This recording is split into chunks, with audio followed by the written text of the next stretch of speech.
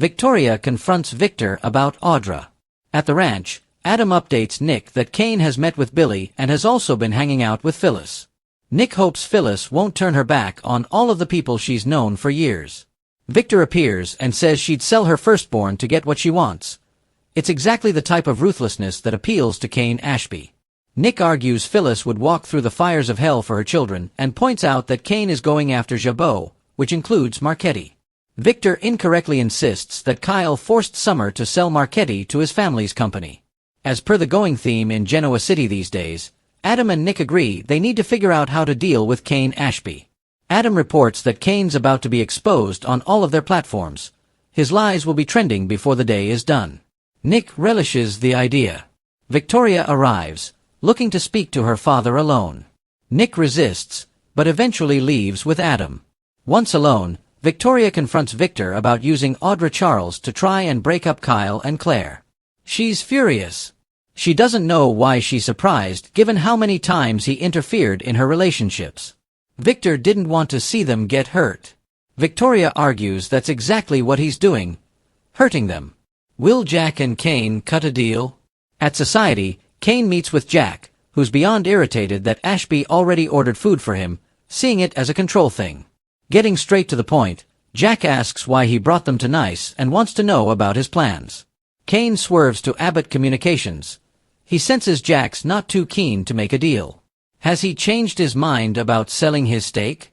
Jack wonders why Kane wants Abbott Communications. Kane thinks it's a wise investment and hedges that they're practically family. Jack balks at the idea and questions Ashby's honesty and desire for control. Kane can plainly see that Jack is furious with him.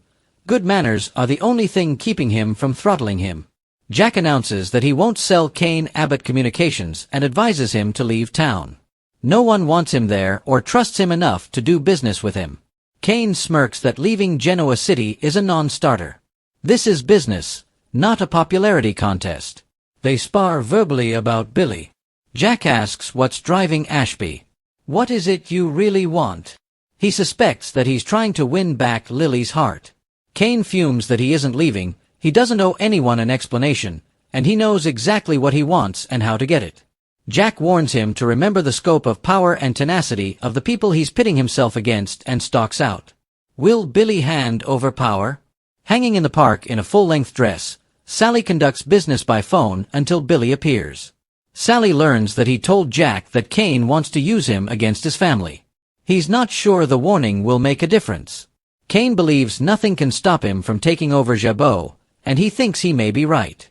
Sally hopes Billy's not still considering helping Kane. Unsurprisingly, Billy says he has to consider all the options.